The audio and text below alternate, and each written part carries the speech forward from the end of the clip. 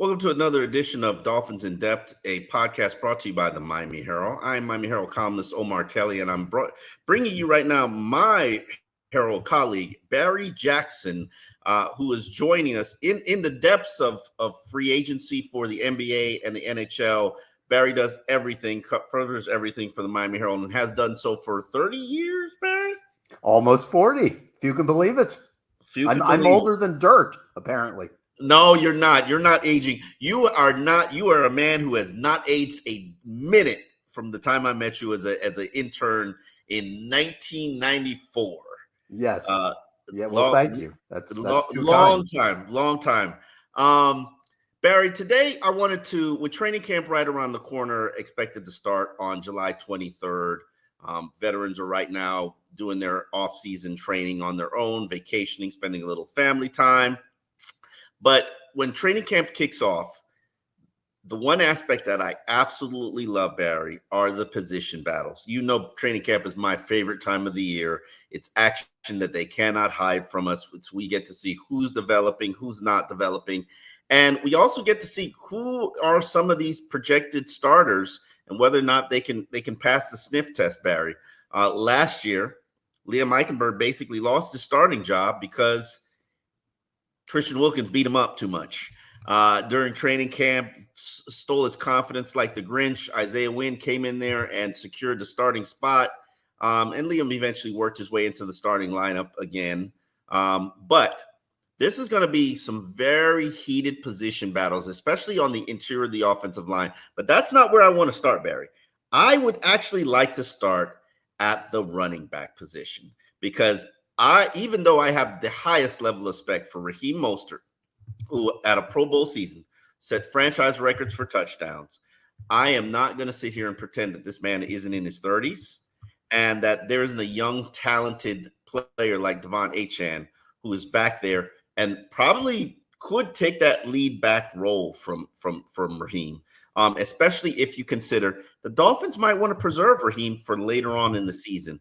And they also might want to stick with the hot hand. Last year, the duo gained 1,812 rushing yards, gained 372 receptions, and scored collectively 30 touchdowns.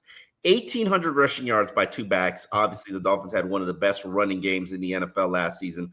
How do you see that position battle playing out, Barry? I see the number of carries being far closer than it was last season. It was pretty lopsided last year, in part because of Achane's injury, obviously, and also because he wasn't used a lot early in the season. So last year, 209 carries for Mostert.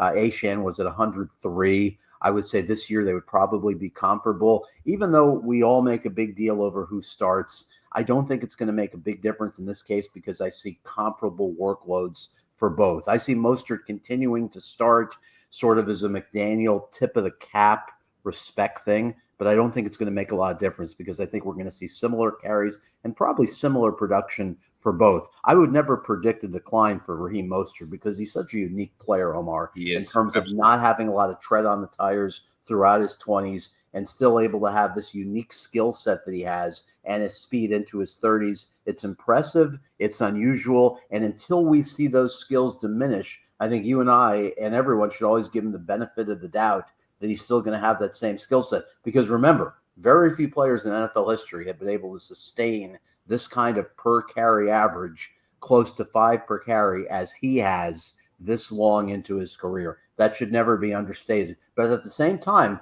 you're right about Achane. He's a toy that has all sorts of intoxicating possibilities that come with him.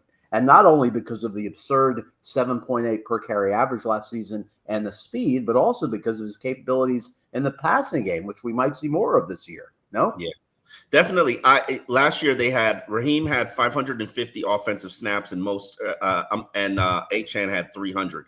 I definitely see 75 of those touches, offensive snaps going in Achane's direction. It'll be interesting to see what the productivity will be, but injuries will be a factor for both. I think that's why they have a deep stable of running backs, just because, one of them can get nicked at any time. Let's move on to the second position battle, which a lot of people are underestimating this battle because they know who Durham Smythe is, the consistency, the reliability, the lack of sexiness. Durham is much like a Dodge Ram truck. It'll get the job done. It's not a flashy vehicle. You're not going to impress the ladies.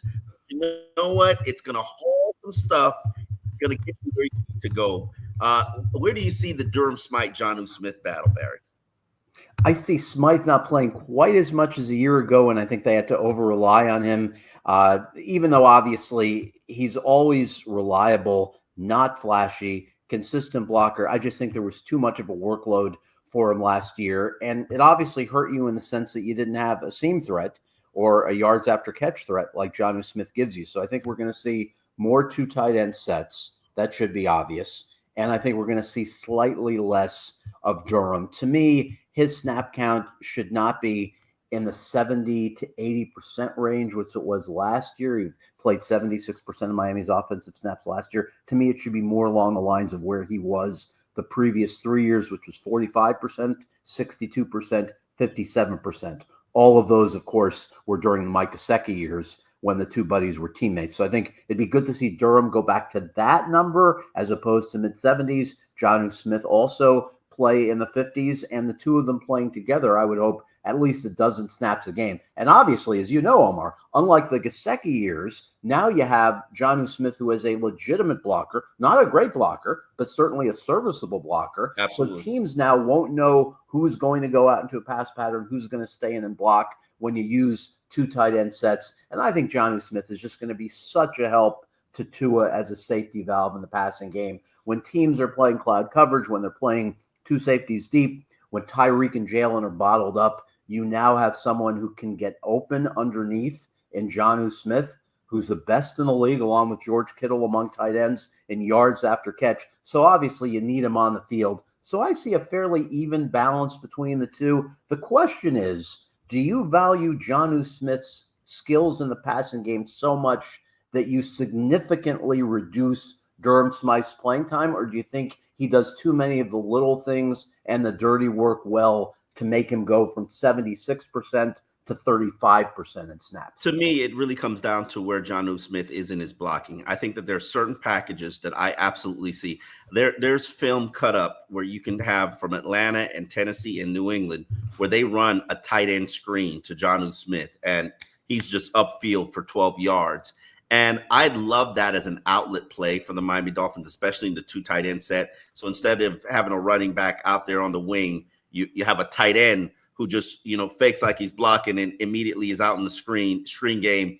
If the field's cleared because Tyreek and Waddle have run 9 routes, I mean, that's 12 easy yards for Jonnu Smith. I think that that's a play that the Dolphins will probably utilize 3 snaps a game.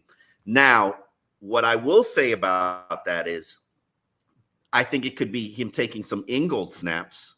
I think he's more of the fullback, H-back, second tight end, and you've upgraded yourself at 3 positions as opposed to taking on Durham. Because Durham, I call him and Ingold the janitors.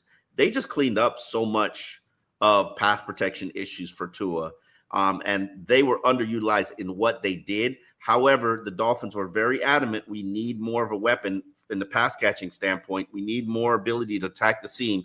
So I think that Jonnu Smith is probably in the 500 snap realm. Same thing with Odell Beckham Jr. So we're going to have to see Durham take a little bit less of a workload.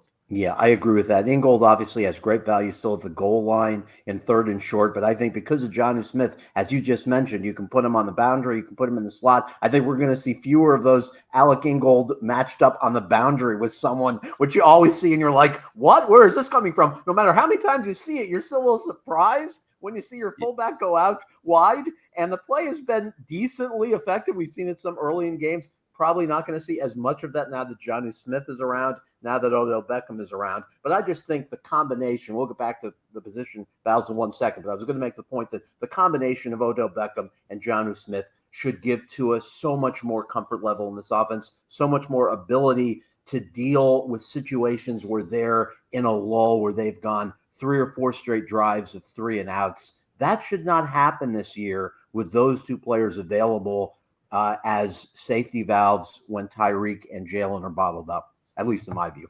Yeah. Let's move on to our next position battle, which to me would be Jordan Poyer versus Marcus May. Now, watch Jordan in the exhibition season, and while I'm not exhibition season the offseason program, and while I'm a big fan of Jordan Poyer, I think he's an accomplished 12-year veteran. I did acknowledge that it looks like he's potentially lost a step. And this is what happens when you're an age safety. He's entering his 12th season. But then that's part of the reason why I believe that the Dolphins added Marcus May. He started all 77 games in his NFL career. Now, he's a player who has battled injuries throughout his career, has struggled to stay healthy, but he's proven that he's pretty impactful. And if we're going to look at this defense similar to what the Baltimore Ravens ran last season, with Anthony Weaver bringing that here, you're going to see a lot of three safety sets. So this isn't a pick one or the other, but this is who's going to get a heavier workload, in your opinion, Barry? I think it's going to be Poyer, but I'm a little trepidatious about him for the reason you mentioned about losing a step, and also his pass coverage metrics deteriorated significantly last season.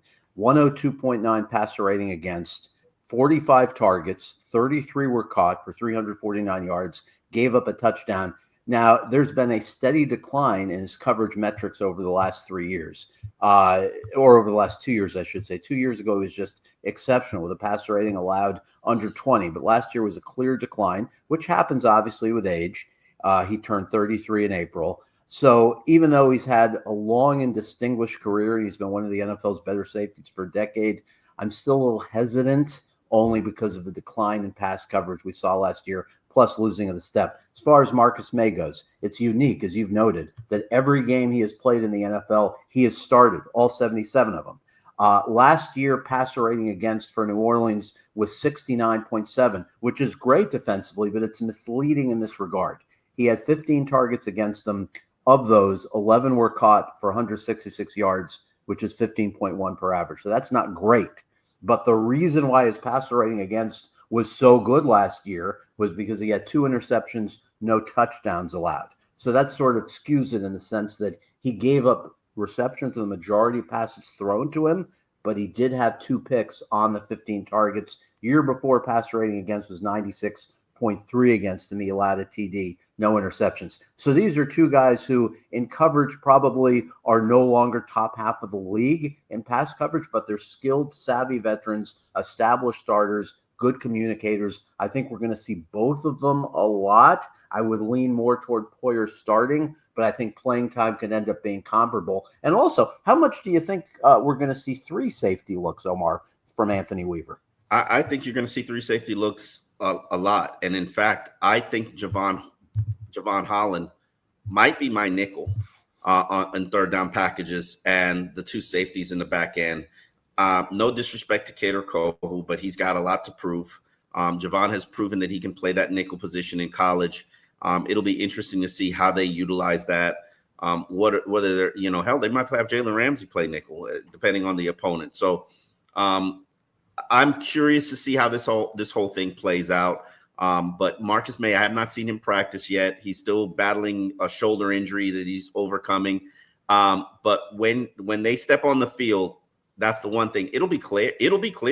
I mean, when you got Tyreek Hill and Jalen Waddle on the outside, especially if Tua's working, it'll be clear because these safeties are going to be challenged by Tua Tagovailoa. So we'll know. We shall know who presents the best opportunity for the Dolphins to win games. Let's move on to one of my favorite units, Barry. As you know, I'm obsessed with the offensive line and trench play. I would argue that both starting guard spots are wide open. I am positioning it's a battle of Liam Eichenberg versus Jack Driscoll at right guard, and then Isaiah Wynn versus Robert Jones at left guard. Do you see it any other way, or do you want to flip it? I agree with that. I would make Wynn the front runner at left guard just because I think he earned that from exceptional pass protection his first 7 games last year before the season-ending injury against Philadelphia. So even though that assures him nothing, I think we saw how good he can be as a pass protector, as a guard, where that at least should give him a little bit of an edge over Robert Jones, though I respect Robert as a player and think he's been probably a little bit underestimated in his NFL career. On the right side, I thought it was interesting.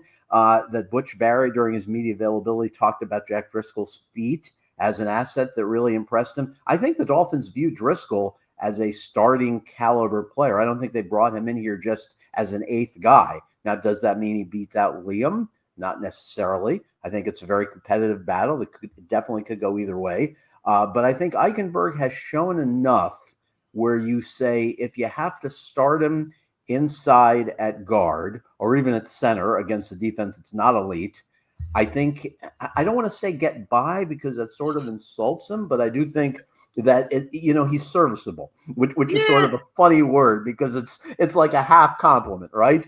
I think he's competent. We would have went to last year saying that Austin Jackson was serviceable, and then he sort of had a resurrection and turnaround in his career. My question is, can Liam Eichenberg do that? And here's my issue with Liam Eichenberg, and I can own my position as a very heavy critic of Liam Eichenberg last season. Everybody knows I'm obsessed with line play. When he was struggling against Tristan Wilkins, I was like, no, must be pulled. And he eventually was, and the offensive line stabilized. But when we evaluated Liam last year, it was always, okay, playing with broken ribs early. Then we get him being forced to play center where he's never played center in snaps in the game, and it's the Buffalo Bills. But he improved in the weeks that progressed. Then we get him starting at right guard, which I would argue was probably his best performance, which is why, and he said that that's the position I feel the most comfortable at. That's where I want to play moving forward. We know he's a second-round pick. We know the Dolphins traded a third-round pick to move up to get him. So that's two assets. You think Chris Greer is giving up on two assets that he's used on Liam Eichenberg? I would say no. But it is going to be Butch Barry's call. And then when he came back at center, he's playing with a calf. I forget what it was, a calf injury, a leg injury, where he doesn't practice all week, and then he's playing in games. Did he legitimately get a fair shake for a fair evaluation? Well, I think he's going to get it now, assuming that Aaron Brewer's healthy enough in training camp where he's not going to be needed for a ton of snaps at center. Obviously, Liam will take some at center.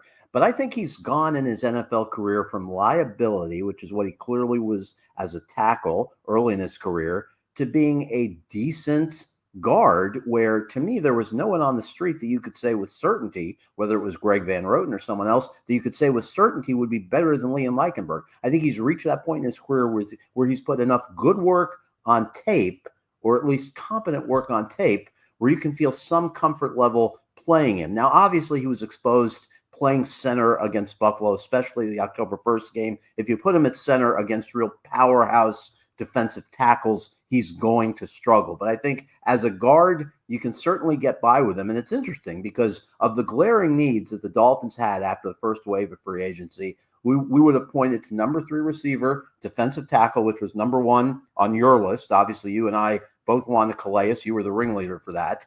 And safety, and also another corner to the mix to compete with Kader Kohu, Ethan Bonner, etc. Of all of those needs, the only 2 that they haven't filled are a number 3 corner and guard. And that says to me that they have trust. Driscoll. Driscoll, I would say, was in the first wave of free agency. I'm talking about guys signed April and beyond, which would be Odell Beckham, which would be Calais Campbell in the last couple of weeks, last 3 weeks, and Marcus May. So of the 5 needs that you and I identified, and that all Dolphins fans identified after March, they filled 3 of them with Campbell, with May, with Beckham.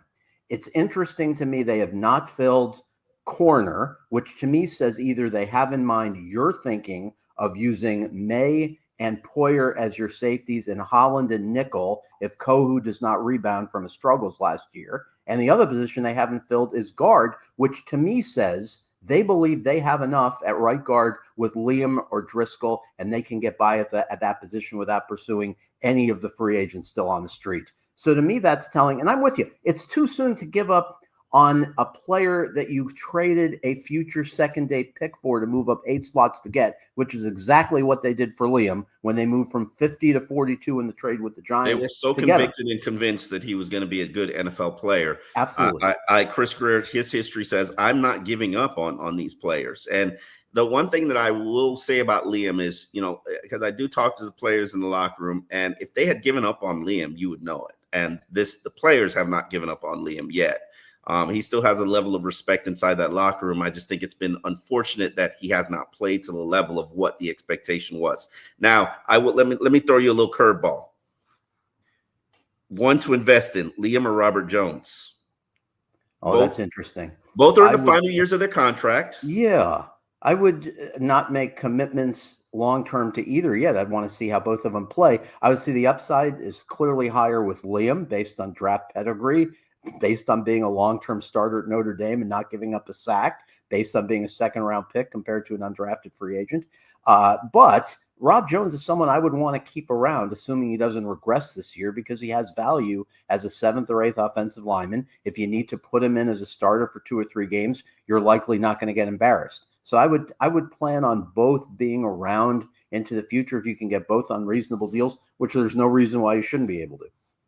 Now let's move on from the offensive guard position, and obviously we're going to send our prayers up to the O-line gods that the Dolphins stabilize there. Tier Tart and nose tackle, flipping to the other side of that line for the nose tackle battle. Now, nose tackle is a very unique position. For those who don't know, in a 3-4 technique, they are the zero technique player. They're generally head up on the center, going to have to take on 2 because the center and the guard are trying to move that nose tackle. And their job is to anchor down, do not get moved.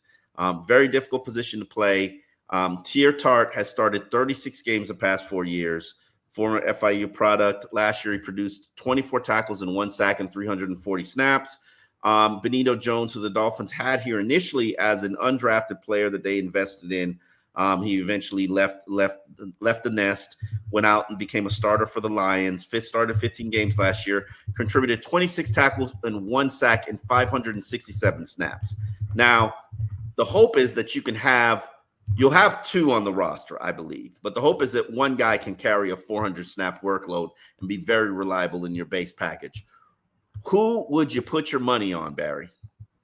I would put it on Tart. And the reason is his best work in the NFL has been, to me, far more impressive than Benito Jones' best work. Benito Jones was a below-average starter for Detroit last year. Let's be clear about it. He was a success story. You root for the guy because, obviously, here's an undrafted free agent, played a little bit fewer than 60 snaps his first year, didn't play his second year with Miami, spent the year on the practice squad, then went to Detroit, became a rotation player, then became a full-time starter last year, and was decent, but was not great by any means. Pro Football Focus rated him one of the worst defensive tackles in football last year, while Tart, conversely, at his best, has been an above-average nose tackle in the league. The question is, are you getting the Tier Tart of 2021 and 2022 when he showed flashes of being a really good player, or are you going to get the player last year who wore on Mike Vrabel, had an issue with him, eventually asked for his release,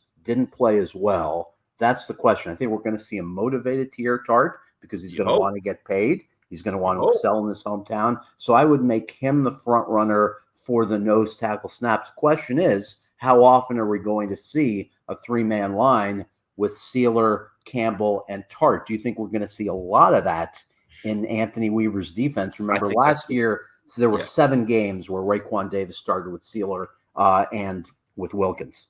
I think this is going to be a traditional 3-4 base. So I think you're going to see that as the base package. Maybe the nose tackle handles half of the workload, maybe first and second downs. We'll see. And really it depends on whether or not you have a caliber nose tackle. The one thing I will point out is during the offseason work, all of the nose tackles looked like they needed a real good summer of getting themselves in shape. A lot of those defensive linemen did not look like they were in great condition. And let's just hope that they can turn up the volume on their conditioning during this stretch before getting to training camp. Yeah, Tart concerned you, right? I know Tart's conditioning concerned you. I would say if he's in good condition, the one quality that he brings, and I'm not sure Benito Jones brings, is he's really difficult to displace with just one blocker when Tart is in good condition and at his best. Looking at him in the offseason program, how worried were you about Tart's condition? Very. Yeah. Very. I don't know if the one time I saw them do conditioning drills, he was injured or not.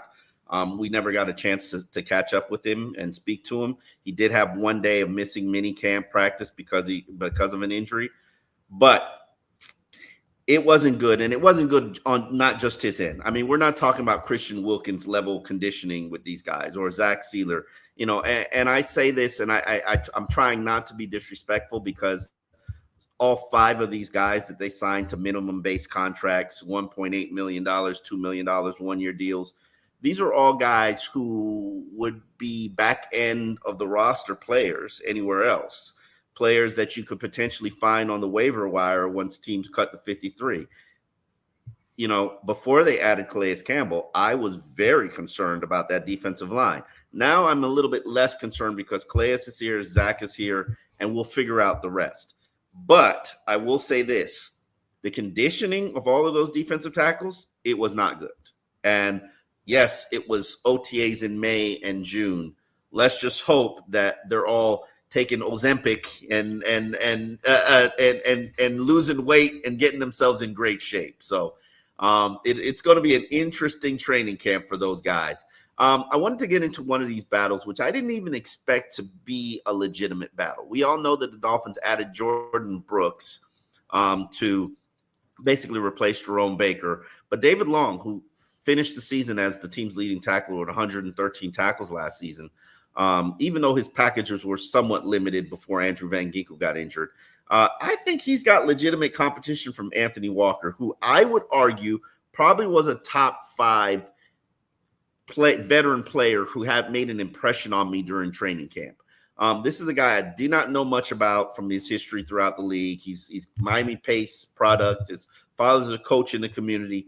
And the reality is, he played like my father's a coach, and I've started 75 games in the NFL during the OTAs period. And I'm very curious to see what happens when he puts pads on.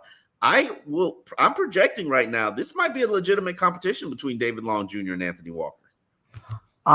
My response to that would be, I would be very surprised if David Long Jr. didn't start, because even though it's a different defensive coordinator, I think being one of the NFL's top run defending linebackers has to earn you something coming back the next year. His numbers in pass coverage were quite poor last year, among the worst in inside linebackers in the league. But any metric site will say he was one of the best run stuffing inside linebackers in football. So because of that, and because there are already questions about their ability to stop the run in light of Christian Wilkins' departure, I would say he's likely to start. But I agree with you that Anthony Walker shouldn't be underestimated. The question with him in recent years has been health. He's sustained a lot of injuries, but when he's played, he's been productive.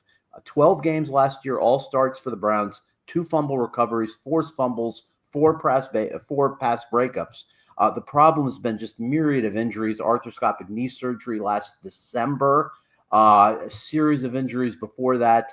He was rated the 31st best inside linebacker by Pro Football Focus last year among 81 qualifiers, so he was above average there. He had big tackle numbers for the Colts late last decade, 105, 124, 92. So he's a productive player. He's just missed a lot of time with a combination of hamstrings, torn quadriceps, and knee injuries. He's also really respected. He was a captain for the Browns, one of their most respected players, won the Ed Block Courage Award in 2002 from the Browns. So I don't want to sell Anthony Walker short, but I also don't want to sell David Long short either. To me, David Long did enough last year to be your starter going into this season. So I get where you're coming from, but to me, it's not really a tough call. David Long is your starter unless he proves early in the season that Anthony Walker's better than him, at least in my view.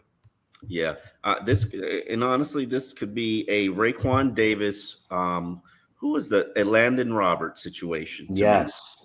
You remember that, Barry, where yes. they just came in and Landon just took that leadership mantle and took that job, and next thing you know, Raekwon's being moved. And I'm not saying that the Dolphins are trading David Long Jr., but what I will tell you is there's something there. There's something there with Anthony Walker. I'm not saying that he can be healthy, but I mean tipped passes, interceptions. I was like, man, who is this guy?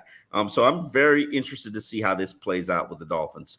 And one thing I was going to add as well, this definitely impacts Duke Riley, who was clearly your number 3 inside linebacker last year, likely going to be your number 4 this year. And then where does that leave Tyndall, who had some good moments, as you noted, in June? But if you keep him inside and don't move him to an edge position, do you keep him as a 5th inside linebacker, or do you give up on Channing Tyndall 3 years in? If he's not a special team stud, he's not here. This new special teams, if he's not in that special teams for starting lineup from the very get-go, and I'm talking about a head buster, Channing Tyndall's days here are numbered. I know he had some flashes in the defense, but how often are we going to talk about that? And at some point, you got to move off when you know you got a dud. Let's move on to one of the battles that I think should be more of a battle than it is. Mike White versus Skylar Thompson for the backup QB spot. I will tell you this, Barry. In the mini camp and the sessions that the media got to watch in the offseason program, we're talking about periods where Tua did not work because he was not participating in 11-on-11s. Here's my sound that I'll make for what I saw from Mike White and Skylar Thompson. And in fairness to them, they were not working with Tyreek. Jalen Waddle wasn't practicing sometimes. Odell Beckham Jr. was not practicing with them. But here's what the offense looked like, Barry. Womp womp. It was the definition of average. And, I get it. You don't have the greatest of weapons in the world. You're out there with Matthew Sextons and Eric Uzukamas and Braylon Sanders. But since everybody can run this offense, according to everybody in the NFL, why didn't it look like Mike White and Skylar Thompson could run it? Now, I think Mike brings a level of stability and consistency and execution that Skylar does not bring. But I will say this: who brings the bigger plays? Who brings more who brings more highs? Who's got more of the Matt Moore in him? And that would be Skylar Thompson. Do you think that this battle is even legitimate? No, I think Mike White is your backup quarterback, whether he deserves it or not. Even if Skylar were to play better than him throughout August, I still think Mike White is your backup. What's so intriguing to me about Mike White, Omar, is the fact that we've seen such a range in highs and lows in his career. He was extraordinary playing for the Jets in a few games against the Bengals, against the Bears. He looked elite. And then other games, and I know he had a rib injury in some of these games, other games he was just awful. With passer ratings below 50, 2 interceptions, no touchdowns, couldn't move the ball at all. So it's just interesting to me how his career has evolved, where he got the contract from Miami because it was a reasonable deal, because he's bright, because the Dolphins and McDaniel specifically felt a comfort level with him running this offense. But there's been just such a wild variation in performance when he's played. I'm still not sure exactly who he is. I don't think they'd make the playoffs if he had to play an extended period of time, but I'm not sure that it would be a catastrophe either, because we've seen snippets. If you look back at his career, we've seen snippets where he stepped in and been really good. Skylar, on the other hand, to me, the only time we've seen a period of him being really good was in preseason, facing other teams, number 2s, number 3s, and guys who are on the street now. I don't think we've ever seen sustained excellence from Skylar Thompson during his opportunities to play, including that Bills playoff game where he did about as well as you could have expected. But obviously, he wasn't good in that game. He was adequate. What do you expect in year 3? What do you expect in year 3 of the same offense for Skylar? Do you expect? I don't expect a lot. I think you're still going to see limitations because of the skills that left him as a 7th rounder. Purdy obviously is the anomaly. You don't see 7th rounders traditionally become what he does. You more often see players picked in the 7th round, a quarterback who become what Skylar Thompson is, which is a guy who's always fighting for a roster spot, trying to be a number 3. I just don't see the consistent accuracy there to make me think that the Dolphins will give him a fresh look as a potential contender to compete with Mike White. And also, I don't think White did anything so egregious where he would lose the job unless unless the way he played, as you say, in June carries into August and preseason. If Skylar Thompson's clearly better than him every day, then obviously they're going to have to rethink that. But I think if they're comparable, there's no way Mike White gets surpassed, in my view, by Skylar Thompson. Okay. Let's move on to our next battle. To me, and I don't know if I really feel confident about putting this player versus this player, but Cam Smith and Nick Needham for that third cornerback role. And I'm referring to third boundary, not necessarily the Cater Kohu nickel spot, even though I think Nick Needham could man that nickel spot. I think that there's a possibility that we can see the third cornerback, the third best guy, be the guy who gets the playing time, with Cam Smith going out to boundary and maybe Jalen Ramsey going into the nickel, or with Nick Needham being out on the boundary or being in the nickel, or Cater Kohu being in the nickel. The question is, who is behind Kendall Fuller and who is behind Jalen Ramsey? Would it be Cam Smith? Will it be Nick Needham? Will it be Cater Kohu? Who you got, Barry? I would say Kohu would still be. I would say he would likely be the first one on the boundary. If there's an injury to either one of the starters, God forbid. I do. Unless Cam Smith takes a tremendous leap early in training camp, picks off balls repeatedly, around the ball a lot, deflecting passes, doesn't make mistakes. And I think it's Kohu's job as the unequivocal third corner, be it obviously your top nickel or your number 3 boundary if there's an injury to Fuller or Ramsey, or if they need rest. Do I think Kohu has earned that yet? No, based on his play last year when he gave up 134 passer rating against after a very good rookie year. So I think they never stopped the crosser. They didn't stop a crosser all game, all season. I know. And it's mystifying to me because Kohu had a substantial enough body of work as a rookie where you said to yourself, this is going to be a reliable NFL corner. So what happened last year, I think, even puzzled him. I know he told my former colleague Daniel Oifusi late last season that he was very mad at himself. He didn't understand why he had taken a step back last year. He was upset with himself. He was going to evaluate how he can get back to his rookie season. I think this is a position, Omar, where we are most likely to see a veteran addition around August 18th, August 23rd, because if they reach week 2 of preseason where they say themselves, I'm not sure we can trust Cam Smith, Ethan Bonner, who we hadn't mentioned yet, Kohu, or Needham, should he end up playing corner, as our number 3, then they're going to have to go out and get a street free agent, hopefully someone a little better than Eli Apple was. But this, to me, barring injuries, this to me is a position that is most likely to need to be addressed in August. Let's hope it doesn't happen. I'm not even sure it's going to be August. When you look at training camp, the players and the positions that get injured the most, and then we're talking soft tissue injuries, are running backs and cornerbacks because they run the most.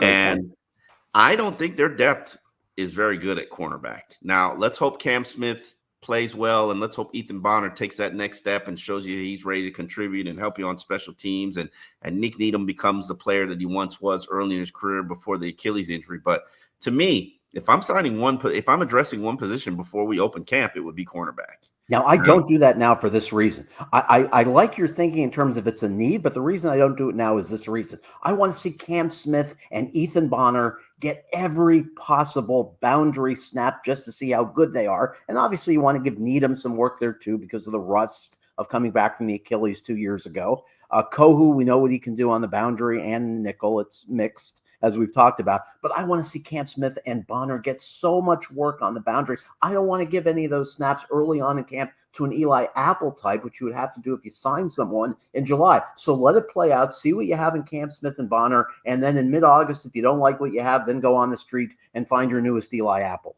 Mm-hmm. Let's move on to the opposite side of that, which is Eric Uzukama versus River Craycraft. And I know we got Malik and Taj Washington in the mix as well. But we're really talking about who's going to be that 5th receiver. You got Tyreek Hill, you got Jalen Waddle, you got Odell Beckham, and then you also can throw Braxton Berrios in there, which we think Braxton's going to safely make it onto the 53 because of his return skills and his ability as a slot receiver. So up next for that 5th and maybe final receiver spot, I think one of the rookies will also make it. Maybe Dolphins keep 6. Where do you have Eric Uzukama in this River Craycraft battle? The question to me is, do they trust Azukama enough to be used as something more than a gimmicky player who they hand the ball off to in trick plays like we saw in the Chargers game before his injury last season? I'm not convinced they do, but they need to develop that trust if his career is going to go anywhere here. And he obviously has the skill set to be able to be an NFL receiver.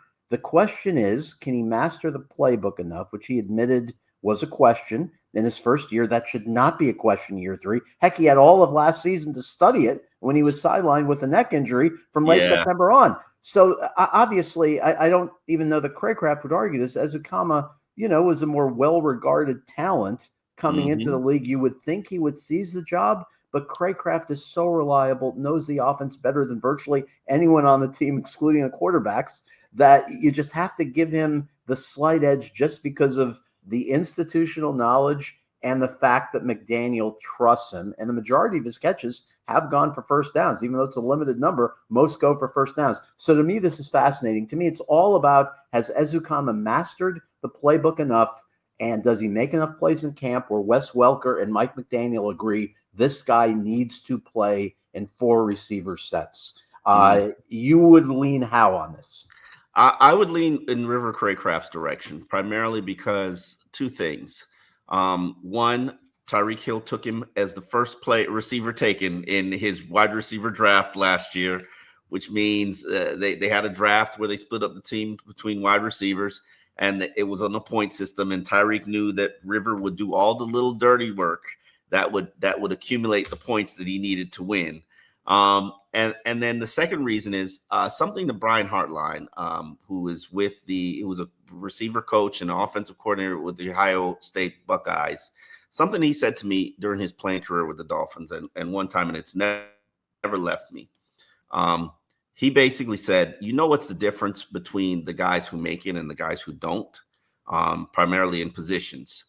Remember, he came in with Patrick Turner and Brian Hartline, and Brian Hartline was the later drafted player, but he became the one who became the back-to-back 1,000-yard receiver for the Dolphins, multi-year starter. He said it's intelligence. You can have all the athletic ability in the world, but if you can't learn it and take it out to the field, you can't help NFL teams. And no matter where you have been drafted, they're not going to wait too long for you, because there's a bunch of guys who are who want in and are trying to take your job. River Craycraft's been hanging on the NFL for the skin of his teeth for far too long to let him have that job taken from him by Eric Azukama. Now, Eric has got to come with a mastery of this offense. He's got to show you that run after catch skill, versatility. He's still got the best size of all those receivers, and it's a whole unit full of Smurfs, with the exception of Odell Beckham now. But has Azukama gotten it up here? And we don't know the answer to that question yet. Yeah, he can't survive long-term as a gimmick guy that you're going to hand the ball to 15 times a year and throw it to only 3 times a year. Yeah. Let's move on to the 3-4 end position. Now, obviously, the football gods blessed the Miami Dolphins with Calais Campbell signing a 1-year, $2 million deal. Surprised the crap out of me. But he's going to be a good 5 technique player. You've pretty much got 2 good 5 technique players in Calais and Zach Sealer. They're going to be the 3-4 edge setters that plays with the nose tackle. But you need to have some backups, and that's where Deshaun Hand, Jonathan Harris, Neville Gallimore come into the equation. Deshaun was here with the Miami Dolphins last year. He got re-signed, and then Jonathan Harris comes from the Denver Broncos. Neville Gallimore comes from the Dallas Cowboys. Both of those players are players that other organizations looked at and said, we're good. Enjoy, your free agency with other teams. Where do you sit in terms of who could potentially be the backups to Campbell and Sealer? Well, I sit right now feeling incredible relief, like you do, that one of these 3 guys is not going to be a starter and that Calais Campbell was signed. So that's the first thing. But obviously, at least one of them is going to have to give some breather snaps per game to Campbell and to an extent to Sealer. Gallimore has a history with Austin Clark. I know that the Dolphins were extremely high on him. They targeted him early in free agency, even though he started only 1 game for the Cowboys in the last 2 years. He was a 9-game starter as a rookie for Dallas in 2020, started 4 games next year, has appeared in every game the last couple of years, but started only 1 of them. Now, I know you can say, well, Dallas's run defense was inadequate last year. I don't know that I would blame that on Gallimore. The talent is there as a former high draft pick. His people have insisted to me he's going to be better in this defense than he was his last couple of years in Dallas, that he's worked on his body, that he's going to be outstanding playing for Austin Clark. So I would lean toward him of the three. Hand obviously has been here for a year, but he's playing for a different defensive coordinator. Jonathan Harris don't really have strong conviction about. So I predict Gallimore will emerge with the most snaps of those three, although I could make the case for Hand. By the way, Gallimore's snap counts for Dallas last 4 years of his first 4 years of his career, 44%, 48%, 37%, 27%. So his fewest last year, but he has been a rotation player for them for 4 years. Mm-hmm. I can't handicap that one. I think Hand probably gets the edge because of his experience. I'm curious to see how all of those guys move when pads come on, and I'll be there to report it for you. Jeff Wilson Jr. versus Chris Brooks for the power back role, not just any back, but the big back role. Now we know Jalen Wright was added to the mix with Mostert and Achane. That's a lot of speed. Jalen also has the ability to pass protect, which is something that's very intriguing to me. And then you got Savon Ahmed, who is kind of in that scat back role. But when it comes to gaining those hard yards, those 3rd and 2s, those goal line runs, you got Jeff Wilson and Chris Brooks. Who are you going with, Barry? I'm going with Wilson, even though I love Brooks' upside. I love what we saw from him in the limited snap counts last year, especially against Denver before the injury. But to me, Wilson has proven over time that he can pick up hard yards. I think the Dallas game was so reinvigorating for him last year. He barely played all year, but McDaniel counted on him on one of the biggest drives of the year to gain key yards when he needed to win the game, and he delivered. And I think that must earn you something. Now, should it be his job all year if he doesn't play well? Absolutely not. Then Chris Brooks should be allowed to challenge him. But going into camp, I think it has to be Jeff Wilson's job because I think he's earned the trust with McDaniel over a prolonged period. To me, you have to keep 5 backs, Omar. I don't see how you cut Chris Brooks unless he regresses dramatically. But I think the skill set is there that leaves you intrigued where you think this is a guy that can be around for a number of years. So then the question is, why was Ahmed even re-signed? I guess in case there's an injury. He's obviously coming off a significant foot injury. We'll see if he's even ready for the start of the season. But I guess he was signed just as depth in case one of the top 5 is injured. But I was a little bit surprised they brought him back. Obviously, they did this before they drafted Jalen Wright, but it does not seem like there's any opportunity for Ahmed to be on the roster unless there's an injury. I can stash Ahmed on right now. I'm looking at Ahmed with that Liz Frank injury. As he's going to begin the year on the P2P, and I can carry him into the regular season as a stash, a breaking case of emergency back. I mean, what's the rush to actually putting him out on the field? So I look at that as just he's a breaking case of emergency. He's here because he wasn't on the field working all off season, so they signed him just to keep him around and kind of have a breaking case of emergency talent. But yeah, to me, Jeff Wilson, I can make the better argument. Why did the Dolphins restructure and bring Jeff Wilson back as opposed to just cutting him? So obviously they like Jeff Wilson. They like what he brings to the locker room. He's a great locker room guy.